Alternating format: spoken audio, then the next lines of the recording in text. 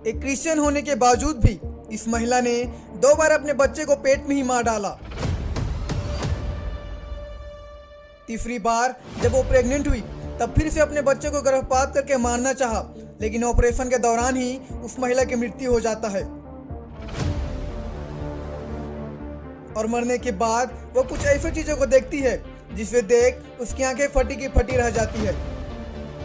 My name is Christine Harrington, and I want to preface first that I am a Catholic. I was born a Catholic, and the reason why I want to preface with that is because it ties in with my near-death experience. ये गवाही है Christine Harrington की, जिनका जन्म एक Roman Catholic परिवार में हुआ था। बचपन से ही इस बहन का जीवन रोमन कैथोलिक चर्च के शिक्षाओं को सुनते हुए बीता था, लेकिन जैसे जैसे इस बहन की उम्र बढ़ता जाता ये चर्च से और भी दूर होती जाती थी। विवाह होने के बाद कुछ सालों के बाद में इनका तलाक हो गया और ये बहन चर्च से और भी पूरी तरह से दूर हो गई थी।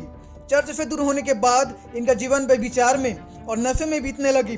वो बहन नशे में इतना ज़्यादा एडिक्ट हो चुकी थी कि उनको मालूम ही नहीं होता था कि उनके साथ में क्या हो रहा है, जिसके वजह से उन्होंने कई बार व्यभिचार भी किया था। जिस लड़के के साथ में क्रिस्टीन लंबे समय तक रिलेशनशिप में थी, जिसके वजह से वो 30 साल की उम्र में ही प्रेग्नेंट हो चुकी थी, लेकिन लड़के के कहने पर क्रिस्टीन ने अपने बच्चे का गर्भपात करा दिया। कुछ सालों के बाद में क्रिस्टीन उस लड़के से अलग हो जाती है और दूसरे लड़के के साथ रिलेशनशिप में चली जाती है, जिसके वजह से वह दोबारा प्रेग्नेंट हो चुकी थी, लेकिन इस बार भी वो लड़के के कहने के कारण उसने अपने दूसरा बच्चा को भी गर्भपात के द्वारा मार देती है। सच्चे परमेश्वर को जानने के बावजूद भी क्रिस्टीन ने अपने दोनों ही बच्चे को अपने गर्भ में ही मार डाला। कुछ महीनों के बाद में क्रिस्टीन फिर से प्रेग्नेंट हो चुकी थी। इस बार भी उसे उसके बच्चे को गर्भ में ही मारना था, इसलिए वो लड़का उसे बार बार फोर्स करता है ताकि वो अपने बच्चे को गर्भ में ही मार डाले, और यदि वो अपने बच्चे को बचाती है तो उसे उस लड़के से अलग होना पड़ता है। इसीलिए इस बार क्रिस्टीन ने अपने बच्चे को बचाने के लिए चुनती है और उसे बचाने के लिए वो तैयार हो जाती है। इसलिए डिलीवरी के समय वो तुरंत ही हॉस्पिटल में एडमिट हो जाती है। जब डॉक्टर्स ने उनका जांच किया तब उन्होंने क्रिस्टीन को बताया कि डिलीवरी करना उनके लिए खतरा हो सकता है, इसलिए उसको बताया गया कि उनका नॉर्मल डिलीवरी संभव नहीं है और यदि उनका डिलीवरी किया भी जाए तब उस समय उनका मृत्यु भी हो सकता है। इसलिए क्रिस्टीन को आपातकालीन कक्ष में उनका ऑपरेशन के लिए उन्हें ले जाया जाता है और उन्हें ऑपरेशन बेड में लिटा दिया जाता है। ऑपरेशन के दौरान ही वो बहन अपने आप को अपने शरीर से ऊपर उठते हुए देख पा रही थी।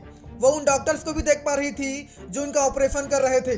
तभी बाकी डॉक्टर्स की टीम दौड़ते हुए उस बहन की ओर आती है, क्योंकि उस समय क्रिस्टीन का मृत्यु हो गया था।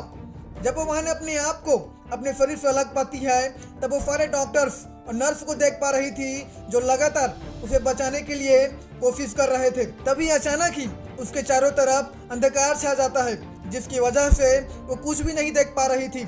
उस समय वो बहन को याद आया कि उसने अब तक अपने दोनों बच्चों को पेट में ही वो मार दिया था।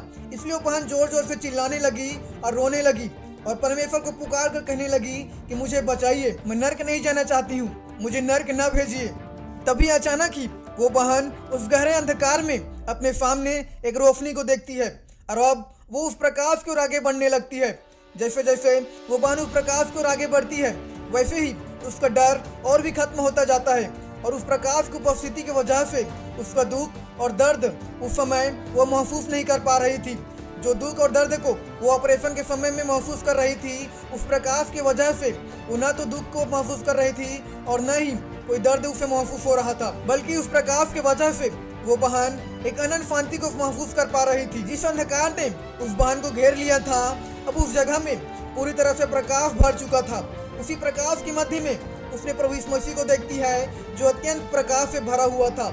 उस समय वो बहन अनंत प्रेम को और परमेश्वर की महिमा को अनुभव कर पा रही थी।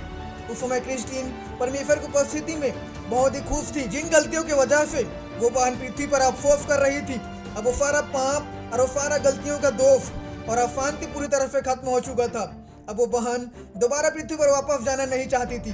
तब वो बहन अपने चारों तरफ बहुत सारे लोगों को देखती है जो बहुत ही खुश थे और आपस में बात कर रहे थे, लेकिन उस समय उस बहन ने उन्हें पहचान नहीं पा रही थी कि वह सभी कौन है।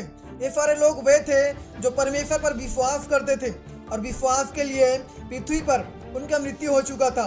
बाइबल बताती है कि सारे आत्माएं जो स्वर्गदूतों के समान दिखाई दे रहे हैं वे सभी परमेश्वर के लोग हैं जो विश्वास की वजह से पृथ्वी पर मारे गए थे। जब उस बहन ने उन सारे लोगों को देखती है जो अत्यंत खुश थे, तब वो बहन उस स्थान को छोड़कर वापस पृथ्वी पर जाना नहीं चाहती थी। तब परमेश्वर ने उस बहन को एक ऑफर दिया कि यदि वो यहाँ पर रुकना चाहती है तो हमेशा के लिए वो इस जगह पर रुक सकती है, लेकिन उसे दोबारा पृथ्वी पर वो जा नहीं सकती है।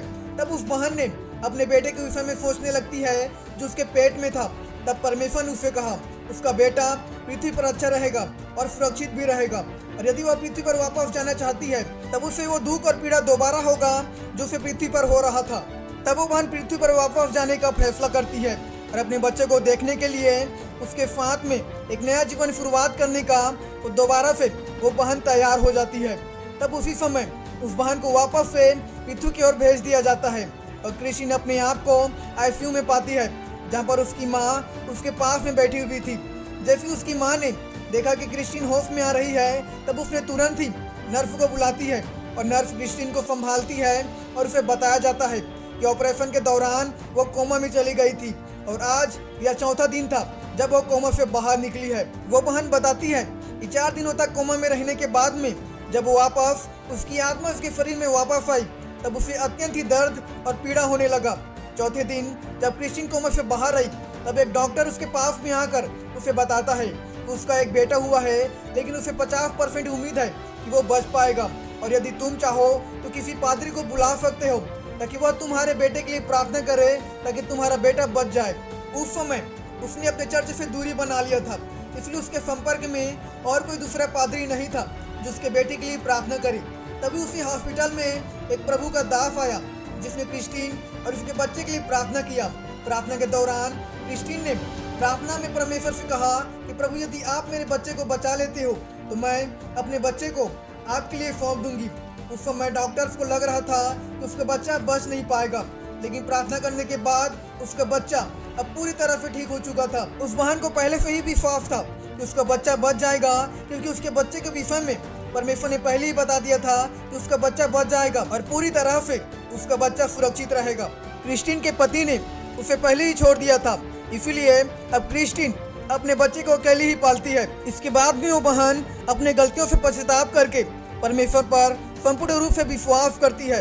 क्रिस्टीन को अब मालूम हो गया था कि परमेश्वर ने उसे बचाया है और उसे पाप और उसके गलतियों के बावजूद भी परमेश्वर उसे प्रेम करता है, और परमेश्वर ने उसके साथ साथ उसके बच्चे को भी बचाया है। इसलिए क्रिस्टीन ने अपने बेटे के साथ अपने पूरे जीवन को परमेश्वर के लिए सौंप दिया।